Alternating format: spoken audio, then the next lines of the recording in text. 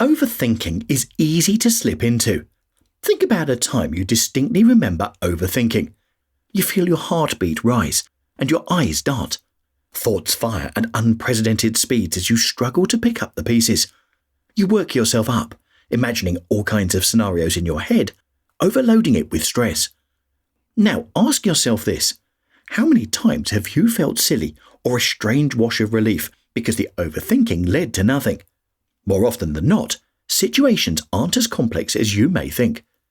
Overthinking can lead to procrastination and a lack of self-confidence, and destroys the time you have with yourself while potentially affecting those around you.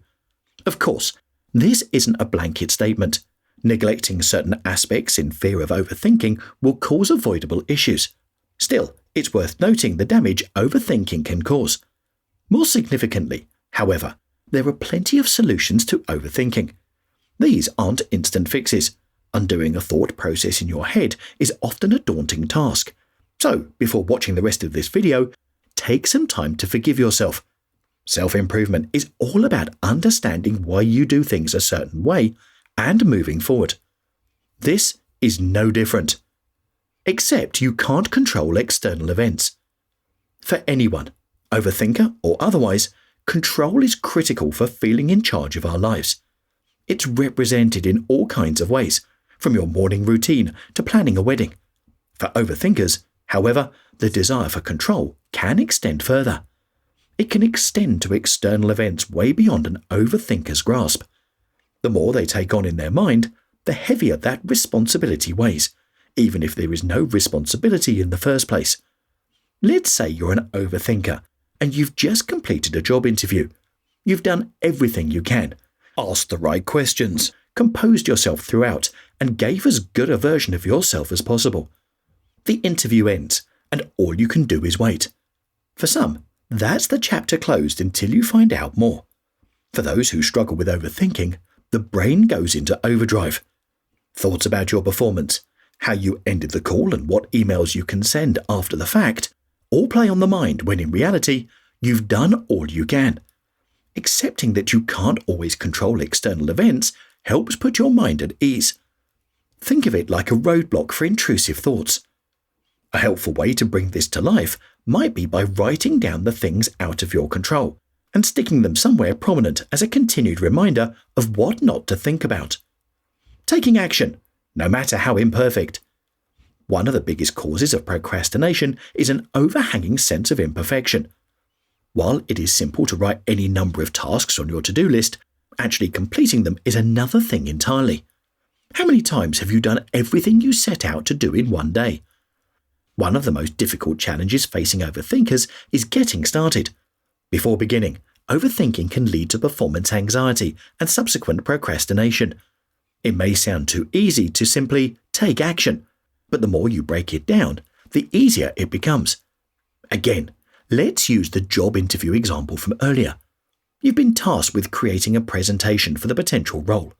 It's due in just a few days, but you haven't started. The task itself seems daunting, as all manner of questions and scenarios run through your head. What if the technology lets me down? What if they hate the presentation? Where do I even begin? These questions and scenarios bounce around in an overthinker's head until the task itself has grown from a small hurdle into an unsurmountable climb. The solution, as we've touched on, is quite simple. Break it down. Find the smallest, most achievable part of your task and run with it. Pick something that doesn't require perfection and secure that coveted feeling of achievement. In this example, simply opening, titling, and saving a presentation document would be a solid, achievable start. Stop following through on all your thoughts. You may occasionally see videos captioned, "When you let the intrusive thoughts win," doing the rounds on TikTok and YouTube.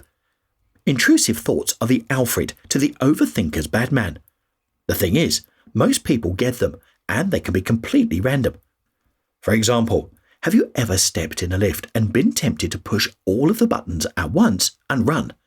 Perhaps your intrusive thoughts are more innocent, such as wondering what would happen if you got on a random train instead of the usual. I don't know, but whatever way these thoughts materialize, they're there. A problem arises when these thoughts aren't left in the void your brain leaves for such a thing. Giving intrusive thoughts credence is a surefire way to overload your predominant line of thinking and overwhelm your mental energy resources. A tip if this is you: stop following through on all of your thoughts. Not all of them need to be listened to. It's as simple as recognizing that not every thought is a good one. Our minds are not immaculate. Human error is prevalent. You'd be forgiven for conflating this with self-doubt, as reminding yourself that not every thought needs listening to could cause you to doubt the authority of your voice. If you're worried that's the case, work on tracing the severity of your thoughts down. Ask yourself, will this matter in 5 days? If the answer is no, chances are it's not worth your time. Live in the present moment instead. I know what you're probably thinking. Living in the moment is advice flung around in a far too carefree nature amongst the self-improvement community. But, as with a lot of seemingly tired cliches, its positive effects ring true. Overthinking is a challenge we face when we dedicate too much of our present-day energy on our future selves. Going through life with your future self in mind is a very healthy trait to have, but if taken too far, your present day is at risk. Overthinking about details out of your control in fear of the potential for damage negates any effort you put into enjoying your life, as you'll never get to enjoy the moment you're in. Living in the present moment helps to refocus and recalibrate wasted energy into a force of good. It can come in the form of simple exercises such as this. Look around you and notice 5 things you can see, 4 things you can touch, 3 things you can hear, 2 things you can smell, 1 thing you can taste. Tasks like this and journaling help highlight a sense of self in the present moment, freeing up time for self-reflection and limiting overthinking space. Understand motivation differently. While at the outset motivation is merely the energy required to carry out a task or activity, if you look deeper, you'll find a critical cog in your well-being and your relationship with yourself.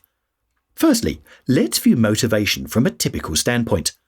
When the deadline for something like sending a bunch of emails or completing some tedious coursework comes along, you may find yourself searching for inspiration, other than the consequences of not completing the task at hand.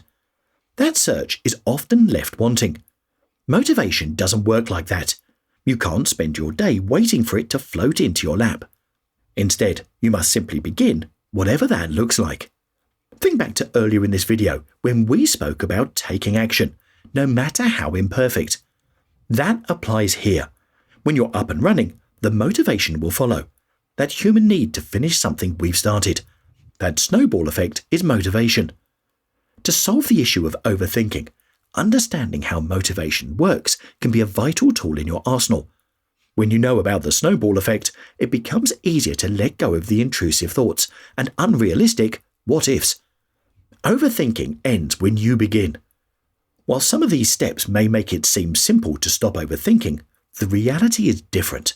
For many, it's how their brain works, so challenging that authority may seem daunting. If that's you, then fear not. You're not alone. In summary, throughout the solutions featured in this video, 2 key themes stand out: acceptance and action. When you forgive yourself for not being able to control everything, you can put your best and most important foot forward. Overthinking can cripple the sharpest of minds, so it's important to remember that it doesn't make you any less of a person. It simply means putting your present self in the driver's seat and putting faith in your decision-making. Would you like the full illustration from this video? Click here and I'll send it right over. If you are already subscribed to my free Art of Improvement email newsletter, then there's a copy of it already waiting in your inbox. Thank you for watching and have an awesome week.